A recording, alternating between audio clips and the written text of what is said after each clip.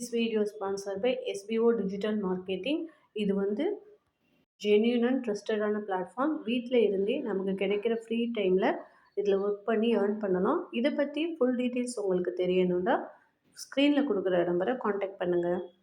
Skip பண்ணாதீங்க, பெரிய தப்பு. தினம் 300 ரூபாய் சம்பாதிக்க அரிய வாய்ப்பு. இன்ஸ்டாகிராம், ஃபேஸ்புக் பயன்படுத்த தெரிந்தால் போதும். Content post and content publishing மூலமா தினம் 300 ரூபாய் சம்பாதிக்கலாம். இந்த வேலை செய்ய 5 நிமிடம் போதும். Work training support, group communication support, all language customer live chat support, முக்கியமா சொந்தமா ஒரு பிசினஸ் ஸ்டார்ட் பண்ற அளவுக்கு உங்களால கற்றுக்கொள்ளவும் முடியும், சம்பாதிக்கவும் முடியும். இந்த வேலை வாய்ப்பு வழங்குவது 5 வருடத்திற்கு மேல ரன் ஆகிட்டு இருக்க நம்ம தமிழ்நாட்டு company school of business organisation private limited. மேலும் விவரங்களுக்கு டிஸ்கிரிப்ஷன்ல கொடுத்திருக்க நம்பருக்கு வாட்ஸ்அப் பண்ணுங்க.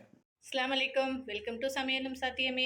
நாம் இன்னைக்கு பார்க்க போகிறது இலங்கை ட்ரெடிஷ்னல் ரெசிபி, கீழக்கரையில் ரொம்ப ஃபேமஸான ரெசிபி தொதல் தான் பார்க்க போகிறோம். இது எல்லாருக்குமே ரொம்ப பிடிச்ச ஸ்வீட்டு. இதை நான் எப்படி செஞ்சேன்ட்டு பார்க்கலாம் வாங்க.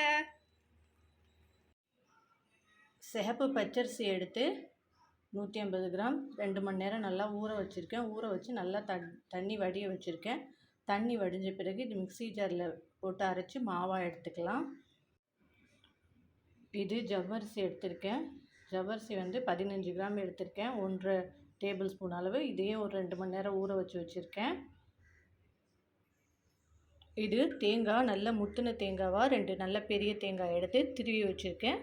இதையும் அரைச்சி பால் எடுத்துக்கலாம். 350 பனை வெல்லம் எடுத்திருக்கேன். 300 கிராம் சர்க்கரை எடுத்திருக்கேன். பனை வெல்லத்தை வந்து மண் இருக்கும், அதனால கொஞ்சமாக தண்ணீர் விட்டு நான் காய்ச்சி எடுத்துக்கிறேன். தேங்காய் பால் வந்து நான் 1.5 லிட்டர் அளவு எடுத்திருக்கேன். 2 தேங்காவையும் அரைச்சி பால் புழிஞ்சு எடுத்திருக்கேன். எனக்கு 1.5 லிட்டர் அளவு கிடச்சிருக்கு.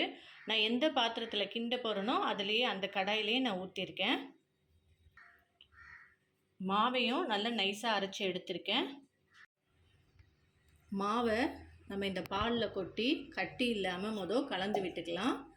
கையால் கலக்குனா பெஸ்ட்டு, கட்டி இல்லாமல் நமக்கு கலந்துக்கலாம்.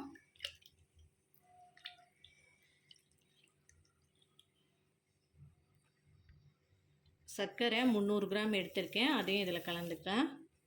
கரைச்சி விட்டுக்கோங்க. இது அடுப்பில் வச்சாவே கரைஞ்சிரும் சர்க்கரையெல்லாம். ஒரு தடவை கலந்து விட்டுட்டு வச்சுட்டா நமக்கு ஈஸியாக இருக்கும். நான் வந்து பனை வெல்லம் வந்து காய்ச்சி வடிகட்டி வச்சுருக்கேன். அதையும் இதில் சேர்த்துக்கலாம். ஜவ்வரிசி ஊற வச்சு நல்லா வடித்து வச்சுருக்கேன். அதையும் இதில் சேர்த்துக்கிறேன்.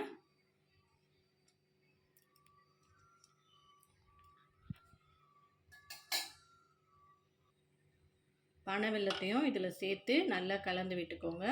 சில பேர் வந்து பச்சை பயிறு, வறுத்த பச்சை பருப்பு சேர்ப்பாங்க. அது சேர்க்குறதா இருந்தாலும் ஒரு 1.5 டேபிள் ஸ்பூன் அளவு வறுத்து சேர்த்துக்கோங்க. அது நான் இப்போ வந்து சேர்க்கலை.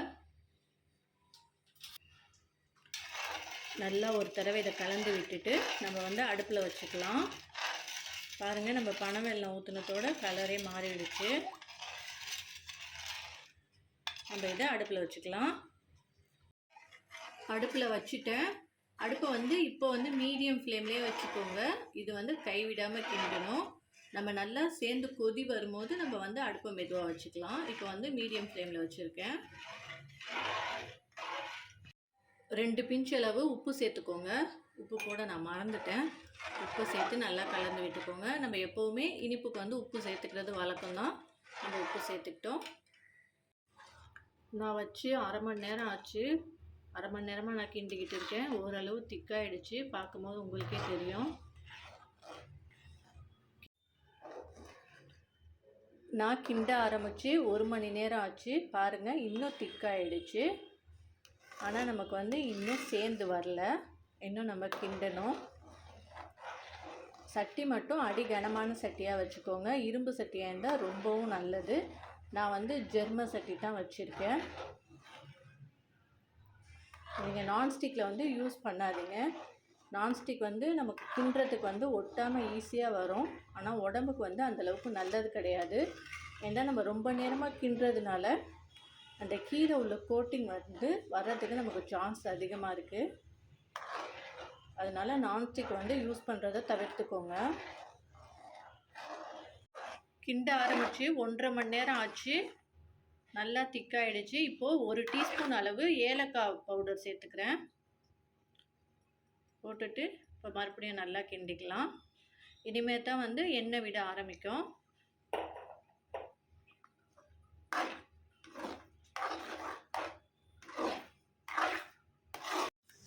நல்லா திரண்டு வருது.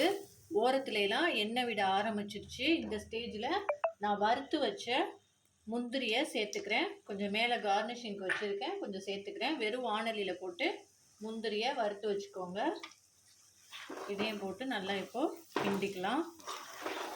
இப்போ தான் வந்து எண்ணெய் விட ஆரம்பிச்சிருக்கு. நல்லா சட்டிலாம் ஒட்டாமல் வருது பாருங்கள்.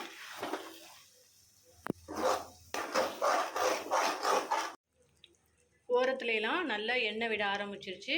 நம்மளுக்கு தொதல் வந்து சூப்பராக ரெடி ஆகிடுச்சு. அடுப்பு ஆஃப் பண்ணிவிட்டு ஒரு பவுலுக்கு மாற்றிக்கலாம். நான் இதை ஒரு பவுலுக்கு மாற்றிக்கிட்டு இதே மாதிரி ஈவனாக இதை ஸ்ப்ரெட் பண்ணி விட்டுருங்க. கொஞ்சம் நேரம் அப்படியே ஆறட்டும். நம்ம எடுத்து வச்ச முந்திரியை மாதிரி மேலே கார்னிஷிங்க்கு போட்டுக்கலாம்.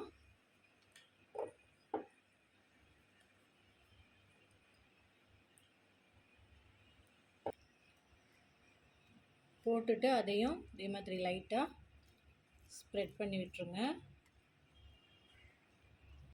இது அப்படியே நல்லா ஆறட்டும். 2 to 3 மணி நேரம் நல்லா ஆறணும். ஆறின பிறகு நம்ம இதை பீசஸ் போட்டுக்கலாம்.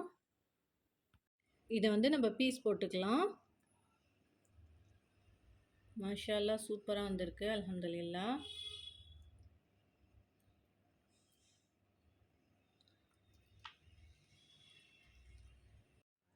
அல்ஹம்துலில்லாஹ் நான் பீஸ் போட்டு பிளேட்டில் வச்சுருக்கேன். டேஸ்ட் பண்ணி பார்த்தேன். மாஷா அல்லாஹ் அல்ஹம்துலில்லாஹ் செம்ம டேஸ்ட்டாக வந்திருக்கு.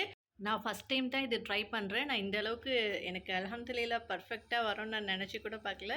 அல்ஹம்துலில்லாஹ் சூப்பராக வந்திருக்கு. 3 மணி நேரம் ஆச்சு இது ரெடி ஆகுறதுக்கு. ஒரு ஆளாக இருந்தால் ரொம்ப கஷ்டம் தான். 2-3 பேராக இருந்தால் மாறி மாறி செஞ்சிடலாம். ஆனால் ஒரு ஆளாக இருந்தால் ரொம்ப கஷ்டம். பட் பட்ட கஷ்டத்துக்கு பலனாக சூப்பராக வந்திருக்கு. இதை டேஸ்ட் பண்ணதோட நம்ம அந்த பட்ட கஷ்டம்லாம் நமக்கு மறைஞ்சு போச்சு. அந்தளவுக்கு சூப்பராக இருக்குது. கண்டிப்பாக நீங்கள் இதை ட்ரை பண்ணி பாருங்கள். ட்ரை பண்ணி பார்த்துட்டு உங்கள் கமெண்ட்ஸை எனக்கு சொல்லுங்கள். என்னுடைய சேனல் பிடிச்சிருந்தா சப்ஸ்கிரைப் பண்ணுங்கள், லைக் பண்ணுங்கள் அண்ட் ஷேர் பண்ணுங்கள். இன்ஷா அல்லாஹ் அடுத்த வீடியோவில் மீட் பண்ணலாம். அஸ்ஸலாமு அலைக்கும்.